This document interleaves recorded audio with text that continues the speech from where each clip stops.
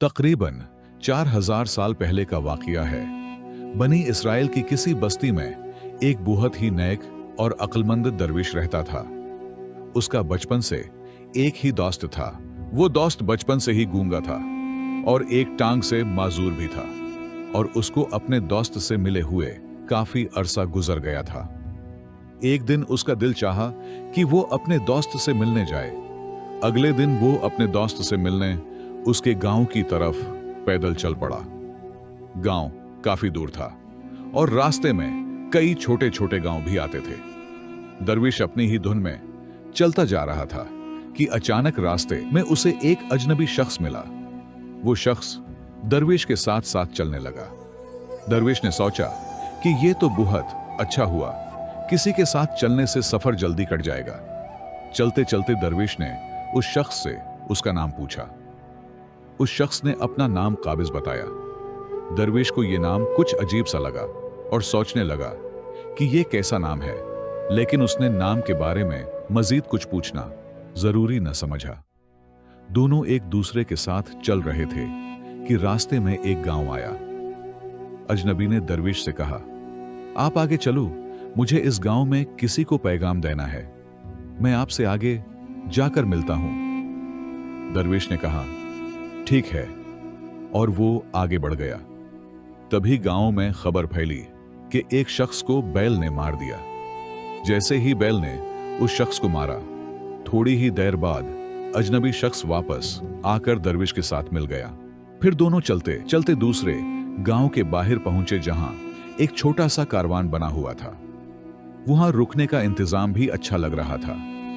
दरविश के दोस्त का गांव अभी वहां से दूर था और रात भी होने वाली थी। दरविश ने अजनबी से कहा, रात होने वाली है, सारा दिन चलते चलते थकावट भी हो रही है और भूख है भी लग रही है, इसलिए हम यहीं खाना खाकर आराम कर लेते हैं। सुबह आराम से आगे का सफर करेंगे। अजनबी ने कहा, ठीक है, वैसे भी मुझे इस गांव में किसी को कुछ जरूरी सामान देना है। आप खाना खाओ और आराम करो, मैं बाद में आकर खा लूंगा। यह कहकर वो वहां से चला गया। उसके जाने के कुछ देर बाद इस गांव में धुआं उठता दिखाई दिया और देखते ही देखते पूरे गांव में आग लग गई। दरविश ने हैरानी से सोचा कि यह शख्स जहां भी जाता है, वहां किसी न किसी तरह का नुकसान जरूर हो जाता है। कुछ तो गड़बड़ है। लेकिन दरविश ने रात को अजनबी से इस बारे में कोई जिक्र न किया। सुबह दोनों फिर अपनी मंजिल की तरफ बढ़ने लगे। कुछ दूर जाकर एक और गांव आया। अजनबी ने फिर दरविश से कहा, आप आगे चलो, मुझे इस गांव में भी कुछ जरूरी काम है, मैं काम खत्म करके आपसे मिलता हूं। यह कहकर अजनबी शख्स जाने लगा। लेकिन इस बार दरविश आगे नहीं बढ़ा, बल्कि वहीं खड़ा हो कर उस अजनबी को देखता रहा कि वो कहां जाता है और क्या करता है। तभी लोगों की आवाजें सुनाई देने लगी कि किसी शख्स को सांप ने काट लिया और वो मर गया। ठीक उसी वक्त वो अजनबी वापस दरविश के पास आ गया।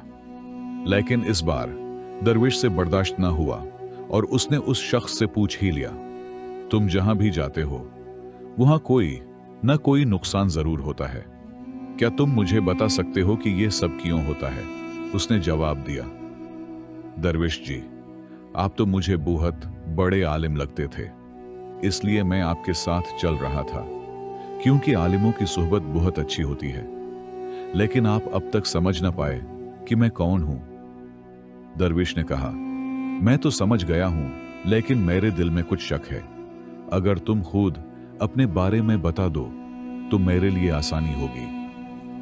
अजनबी ने जवाब दिया, मैं मौत का फरिश्ता हूं और अल्लाह हुक्म से उन लोगों की जान लेता हूं जिनकी उम्र पूरी हो चुकी है। दरविश को पहले से ही इस बात का शक था, फिर भी मौत के फरिश्ते के मुन्हा से यह बात सुनकर वो घबरा गया। फिर भी हिम्मत करके उसने पूछा, अगर ये बात है कि तुम वाकई मौत का फरिश्ता हो तो बताओ कि अगली मौत किसकी है? मौत के फरिश्ते ने कहा, अगली मौत तुम्हारे उसी दोस्त की है जिससे तुम मिलने जा रहे हो, और उसकी मौत का सबब तुम खुद बनोगे। ये बात सुनकर दरवेश सहम गया और सोच में पड़ गया कि अगर ये वाकई मौत का फरिश्ता है तो उसकी बात भी सच होगी और उसकी वजह से उसके बचपन के सबसे करीबी दोस्त की मौत हो जाएगी। इसलिए बेहतर यही होगा कि वो अपने दोस्त से मिलने न जाए। कम से कम वो उसकी मौत का सबब तो नहीं बनेगा। मौत होगा के फरिश्ते ने कहा, तुम जो सोच रहे हो वो सब मुझे पता है, लेकिन अपने दोस्त से न मिलने से तकदीर नहीं बदल जाएगी। तुम्हारे दोस्त की मौत यकीनी है और वो अगले कुछ लहजों में हो जाएगी। मौत के फरिश्ते की ऐसी बातें सुन कर दरवेश को सदमा सा लगा, क्योंकि मौत का फरिश्ता उसके दिल की बात भी जान गया था, जो कि एक आम इंसान के लिए मुमकिन नहीं। अब दरवेश को यकीन हो गया कि यह वाकई मौत का फरिश्ता है, इसलिए वो अपने दोस्त की मौत का सबब न बने। उसने फौरन वापस अपने गांव की तरफ मुड़ना शुरू किया, लेकिन जैसे ही वो मुड़ा, उसे अपना दोस्त तेजी से उसकी तरफ आता दिखाई दिया। वो अपने दोस्त को देखकर बहुत खुश दिखाई दे रहा था। अपने दोस्त की आने की रफ्तार देखकर दरवेश को लगा जैसे वो काफी वक्त से उसके पीछे ही आ रहा हो, लेकिन वो बचपन से ही गूंगा और एक टांग से माजूर था, इसलिए न तो वो दरवेश तक पहुंच पा रहा था और न ही आवाज दे कर उसे रोक पा रहा था। लेकिन जैसे ही वो दरवेश के करीब पहुंचा, अचानक उसकी मौत हो गई। दरवेश हैरत से मौत के फरिश्ते की तरफ देखने लगा, जैसे वो पूछना चाह रहा हो कि आखिर हुआ क्या। मौत के फरिश्ते ने दरवेश के दिल की बात समझ ली और बोला, तुम्हारा दोस्त पिछले गांव से ही तुम्हारे पीछे पीछे आ रहा था, लेकिन वो माजूर और गूंगा होने की वजह से तुम तक नहीं पहुंच सका।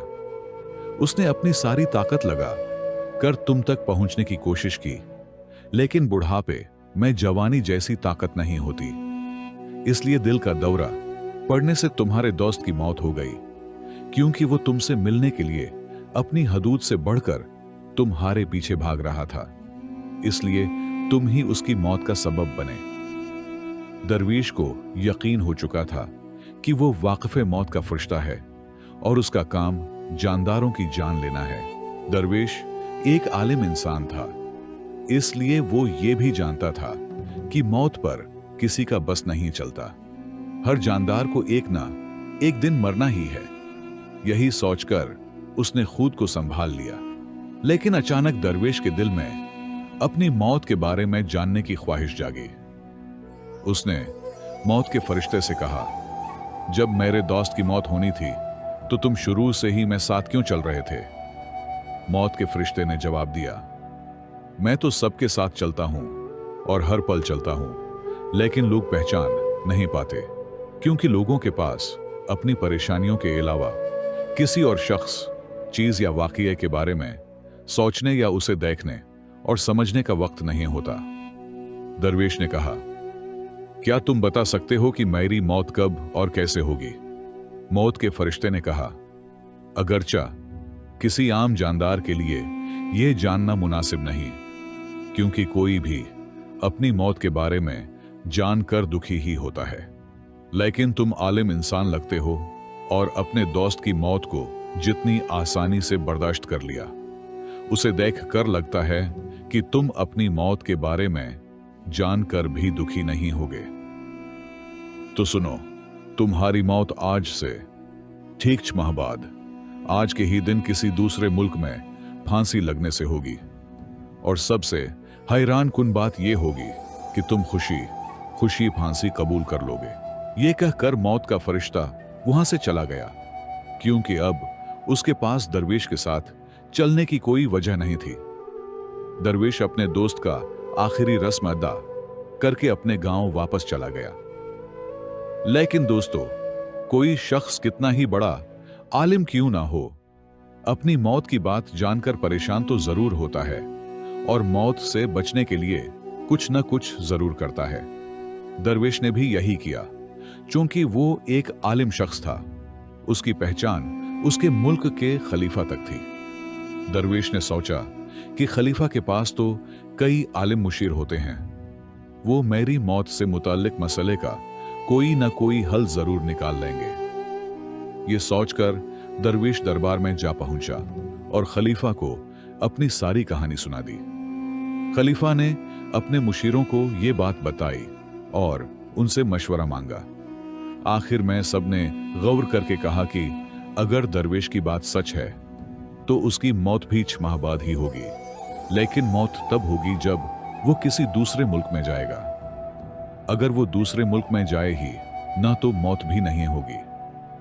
मुशीरों का ये मशवरा खलीफा को भी अच्छा लगा। उसने दरवेश के रहने का इंतजाम महल में ही कर दिया और खलीफा के हुक्म के बगैर किसी को भी दरवेश से मिलने की इजाजत न थी। लेकिन दरवेश अपनी मर्जी से कहीं भी आ जा सकता था ताकि यह ना लगे कि वो खलीफा की कैद में है। लेकिन दरवेश डर के मारे खुद ही कहीं नहीं आता जाता था। वक्त गुजरता गया और दरवेश की मौत का वक्त करीब आ गया। वो दिन भी आ गया जब दरवेश की मौत होनी थी। उस दिन दरवेश डर के मारे जल्दी सो गया ताकि रात जल्दी गुजर जाए और अगला दिन आ जाए और इस तरह मौत टल जाए। लेकिन दोस्तों, दरवेश को नींद में चलने की बीमारी थी और इस बीमारी के बारे में वो खुद भी नहीं जानता था। इसलिए खलीफा या किसी हकीम को इस बीमारी के बारे में बताने का तो सवाल ही पैदा नहीं होता था। दरवेश अपनी मौत के बारे में बहुत परेशान था और नींद में चलने की बीमारी तब आती है जब नींद ठीक से न आए। रात को दरवेश को नींद में चलने का दौरा पड़ा। वो उठा और महल से निकलकर घोड़ों के अस्तबल में जा पहुंचा। दरवेश खलीफा का खास मेहमान था, इसलिए किसी चौकीदार ने उसे नहीं रोका और न ही कोई पूछगछ की। अस्तबल में पहुंचकर वो सबसे तेज चलने वाले घोड़े पर सवार हुआ और नींद में ही अपने मुल्क की सरहद से बाहर पड़ोसी मुल्क में चला गया। सिर्फ यही नहीं, वो पड़ोसी मुल्क के खलीफा के महल में जा पहुंचा। वहां के चौकीदारों ने भी उसे नहीं रोका और न ही कोई पूछगछ की, क्योंकि रात का आखिरी पहर होने की वजह से सब सो रहे थे। दरवेश सीधा खलीफा के खजाने वाले कमरे में जा पहुंचा और वहां वो भी जाकर लेट गया। सुबह हुई तो खजांची ने दरवेश को खजाने वाले कमरे में सोते हुए देखा। इससे खलीफा बहुत गुस्से में आ गया और उसने दरवेश को गिरफ्तार करने का हुक्म दिया। खलीफा ने दरवेश को दरबार में पेश करने का हुक्म दिया। जब दरवेश को दरबार में लाया गया, खलीफा ने उसे देखते ही गुस्से में फांसी की सजा सुना दी और कहने लगा कि अगर तुम चोरी करने में कामयाब हो जाते तो हमारी छोटी सी रियासत के लोग भूखे मरने लग जाते। इसलिए हाथ काटने की बजाय फांसी की सजा सुनाई जाती है ताकि आइंदा कोई भी ऐसा काम करने से पहले 1000 बार सोचे। फांसी की सजा सुनकर दरवेश कांप उठा। फिर भी कुछ हिम्मत करके उसने खलीफा से कहा, जनाबी आली, मुझे नहीं मालूम कि मैं आपके महल में कैसे पहुंच गया। मैं ये भी नहीं जानता कि आपके खजाने वाले कमरे में कैसे आया। मैं कोई चोर नहीं हूं। किसी चौकीदार ने मुझे रोका क्यों नहीं। लेकिन मैं इतना जानता हूं कि आज मेरी मौत होनी थी और अब हो रही है। खलीफा को यह बात कुछ अजीब लगी। उसने पूछा, तुम्हें कैसे मालूम कि आज तुम्हारी मौत होनी थी? तुम क्या कहना चाहते हो?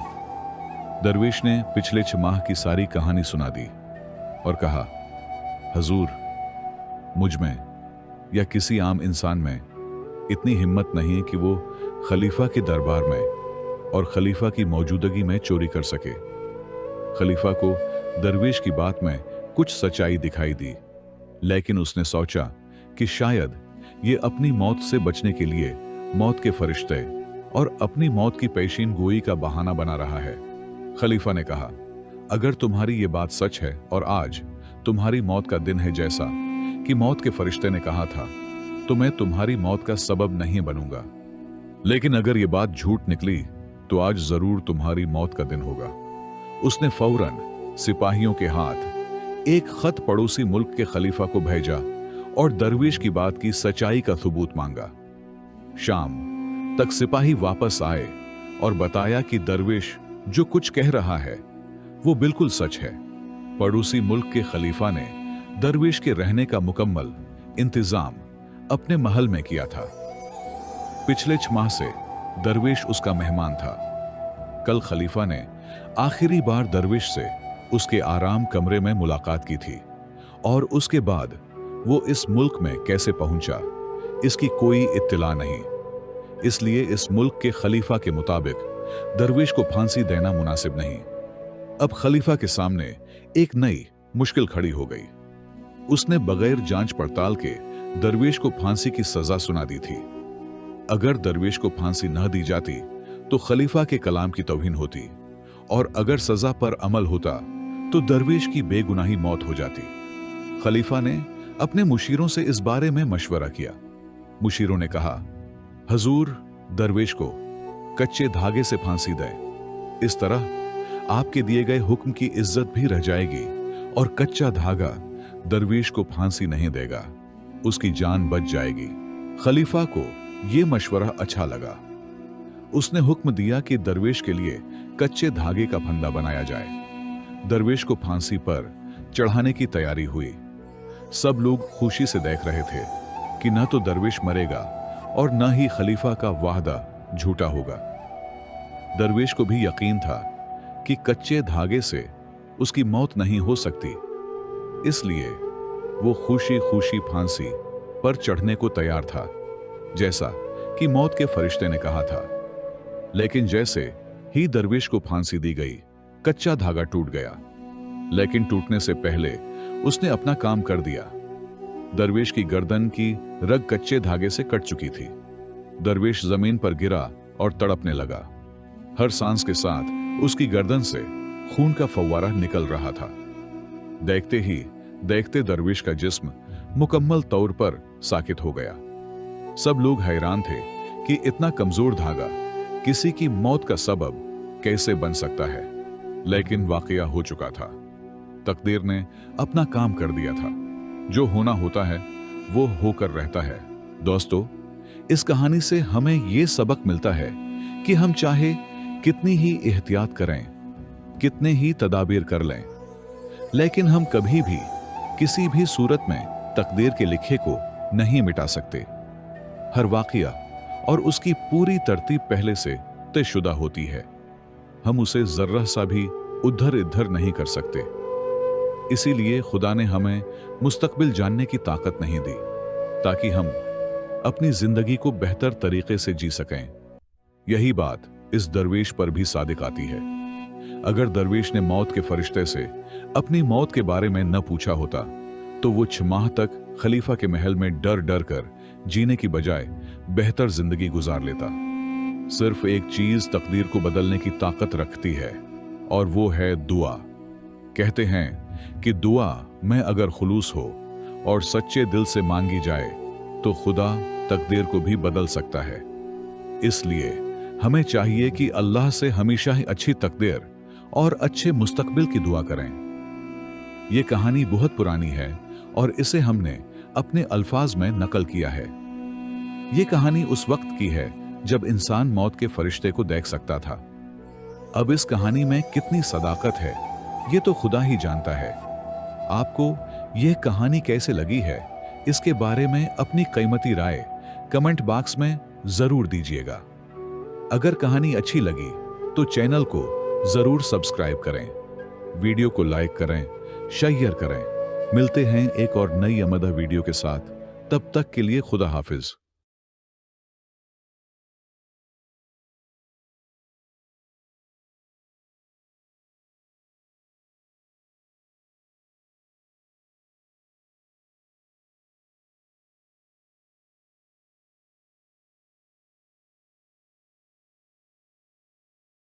कहानी खत्म हुई मगर एहसास बाकी है। मिलते हैं अगली कहानी में, तब तक अपने दिल को कहानियों से जिंदा रखिए। अगर ये कहानी आपके दिल को छू गई है तो अपने एहसासात जरूर शेयर कीजिए। आपका एक कमेंट हमारे लिए एक नई कहानी का आगाज हो सकता है। सब्सक्राइब करें ताकि अगली दास्तान आप तक सबसे पहले पहुंचे और इस सफर में हमारे हमसफर बने रहें। क्योंकि हर दिल में एक कहानी छपी होती है, शायद अगली बार वो कहानी अब की हो।